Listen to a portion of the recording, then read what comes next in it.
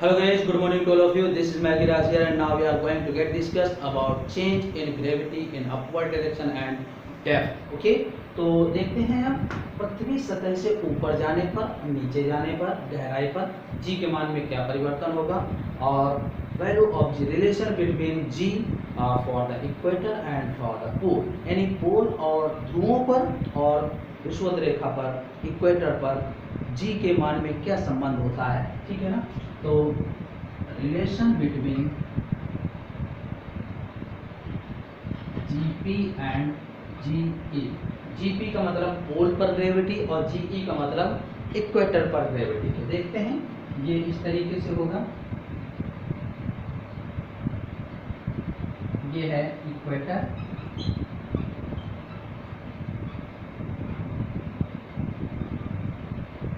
और ये है पोल ध्रुव। तो यहाँ पर जो वैल्यू है वो जीपी है और यहाँ पर जो वैल्यू है वो जीई है। तो देखिएगा ये आरई है और ये आरपी। तो आप देख रहे हैं यहाँ पर आरपी और आरई में क्या रिलेशन है कि आरपी की जो वैल्यू होगी वो लेस देन है आरई से, ऐसा आप कह सकते हैं। ठीक है ना, तो देखिएगा वी नो दैट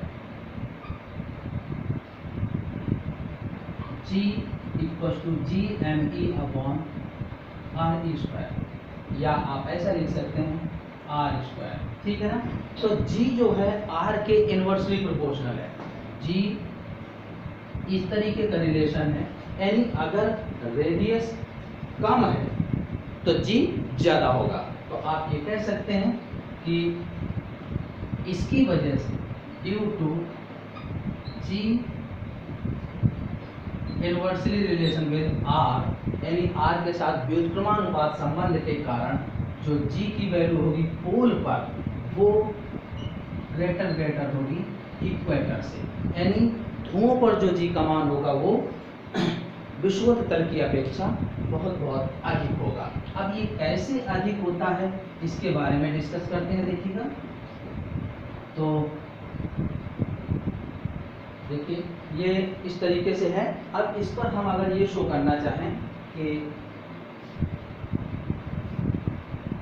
इस जगह किसी हम इसके बॉडी के वेट की बात कर रहे हैं, तो ये है लैम्डा, एंगल ऑफ लैटिट्यूड, अक्षांश कोण जो है, और ये होगा इसका एम आर ओमेगा स्क्वायर।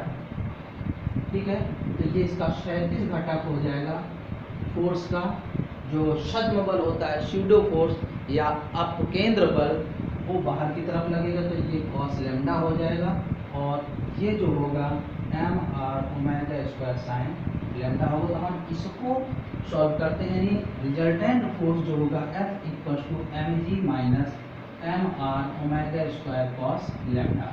ठीक है ना, और ये R है, ये भी R होगा, मान लेते हैं ये स्मॉल r है, तो ये भी लैम्डा होगा। तो ये ट्रायंगल आप निकाल सकते हैं इतना, R कैपिटल R या आर ई लैम्डा। तो कॉस लैम्डा की वैल्यू लिख सकते हैं बेस अपॉन हाइपोटेनियस, यानी R की value R E cos lambda भी यूज कर सकते हैं।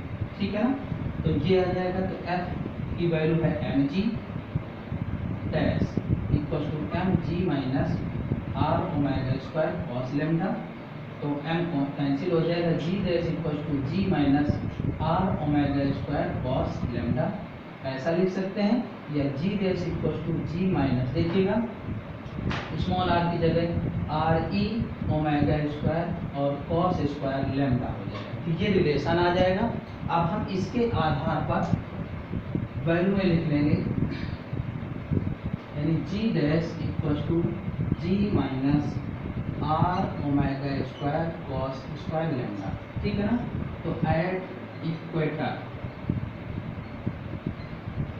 यहाँ पर जो लैम्डा की वैल्यू होगी वो 0 होगी, तो g dash equal to g minus r omega square cos square 0, तो g minus r omega square equal to g dash. और देखिएगा कि अगर ये एक्सीलरेशन होता है a equal to r omega square, तो यहाँ पर हम आर ओमेगा स्क्वायर ऐसे लिखते हैं, इफ a की वैल्यू g के इक्वल हो जाए तो g डैश इक्वल टू क्या होगा, g माइनस जी, यानी 0 आ जाएगा। तो ये कह सकते हैं कि जो विषुवत तल पर होता है जी का मान बहुत ही कम अर्थात 0 हो जाता है।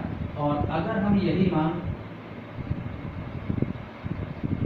पोल पर निकालें एट पोल, तो यहाँ पर लैम्डा की वैल्यू 90 डिग्री हो जाएगी। तो g dash equal to g minus r omega square cos square 90, तो ये टर्म 0 हो जाएगा। तो g dash equal to g आ जाएगा। यानी ध्रुवों पर पोल पर जी की वैल्यू सबसे ज़्यादा होती है और ये जी के इक्वल होती है, ठीक है ना। तो ये था इनमें रिलेशन। चलिए अब हम देखते हैं ऊपर जाने पर जी में परिवर्तन। तो देखिएगा ये अर्थ है, मास ऑफ अर्थ, ये रेडियस ऑफ अर्थ। यहाँ पहले ए पॉइंट पर कोई बॉडी है, फिर हमने इसको एच हाइट पर ले गए हैं यहाँ पर। तो ये लेंथ कितनी हो जाएगी आर ई प्लस एच, ठीक है ना। तो जब अपवर्ड जाते हैं तो इसकी value G dash equal to ji upon 1 plus H by R E whole square आता है, ठीक है ना। तो ऊपर जाते हैं जब तो जी का मान धीरे धीरे घटता जाता है, क्योंकि ये टर्म जो होगी हाइट बढ़ेगी, ठीक है ना। तो जी की वैल्यू क्या हो जाएगी, डिक्रीज करती जाएगी। तो ऊपर जाने पर जी का मान घटता है। The value of gravity decreases when it carrying in upward direction, यानी ऊपर की ओर जब ले जाते हैं तो जी के मान में कमी आती है, घटता जाता है। तो अब देखते हैं इससे रिलेटेड एक क्वेश्चन।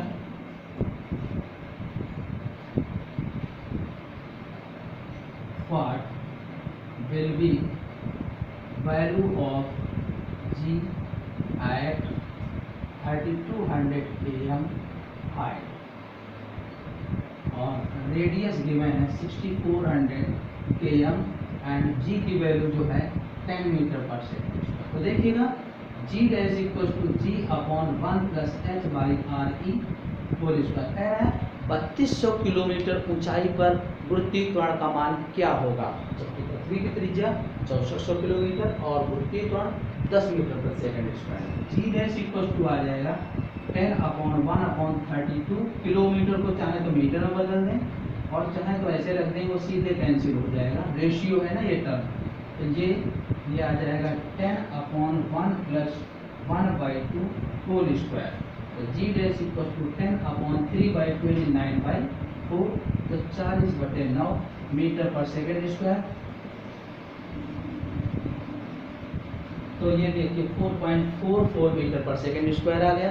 यानी पहले कितना था 10, फिर और हाइट पर गया तो 4.44, यानी जी की वैल्यू क्या हो रही है, डिक्रीज कर रही है, घट रही है, ठीक है ना। इसी तरीके से गहराई पर जाने पर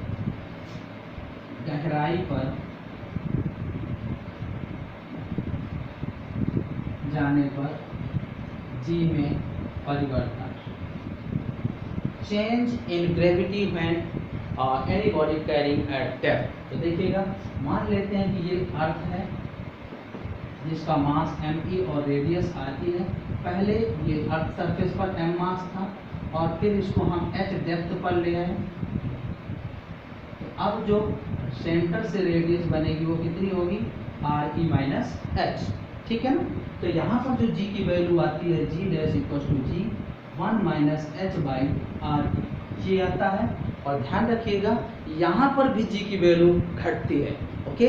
the value of gravity decreases when it carrying at the depth, यानी गहराई पर ले जाने पर भी स्मॉल जी के मान में कमी आती है। लेकिन ये ध्यान रखना, ऐसा नहीं कह सकते कि जितनी कमी ऊपर जाने पर ले जाते थे उतनी ही कमी नीचे जाने पर। अर्थात मेरे कहने का सेंस ये है कि अगर हम 3200 किलोमीटर ऊपर ले जाएं और 3200 किलोमीटर गहराई पर ले जाएं तो क्या जी के मान में समान परिवर्तन होगा, ऐसा नहीं कह सकते, ठीक है। दोनों में कमी होगी, घटेंगे, लेकिन दोनों अलग अलग, okay. So both cases the value of gravity भी डिक्रीजेज व्हेन कैरिंग अपवर्ड और downward but not in similar way, okay. अब देखिएगा मान लें अगर कि फॉर एन एग्जाम्पल कि x की वैल्यू वही है 3200 km और आर ई की वैल्यू 6400 km मिले लें, तो जी डैश की वैल्यू क्या हो जाएगी 10 1 माइनस 3200 अपॉन 6400। तो ये आ जाएगा 10, 1 माइनस 1/2, तो ये आ जाएगा 1/2। तो जी डैश की वैल्यू कितनी आ जाएगी 5। देखिएगा वहाँ 4.44 आया था, यहाँ एग्जैक्ट 5 आ गया। तो दोनों अलग अलग हैं, ठीक है। डिक्रीज यहाँ पर भी कर रहा है, घट यहाँ भी रहा है और घट वहाँ भी रहा था, लेकिन दोनों ही अलग अलग तरीके से घट रहे हैं, ठीक है ना। अब देखते हैं गुरुत्वीय स्थितिज ऊर्जा।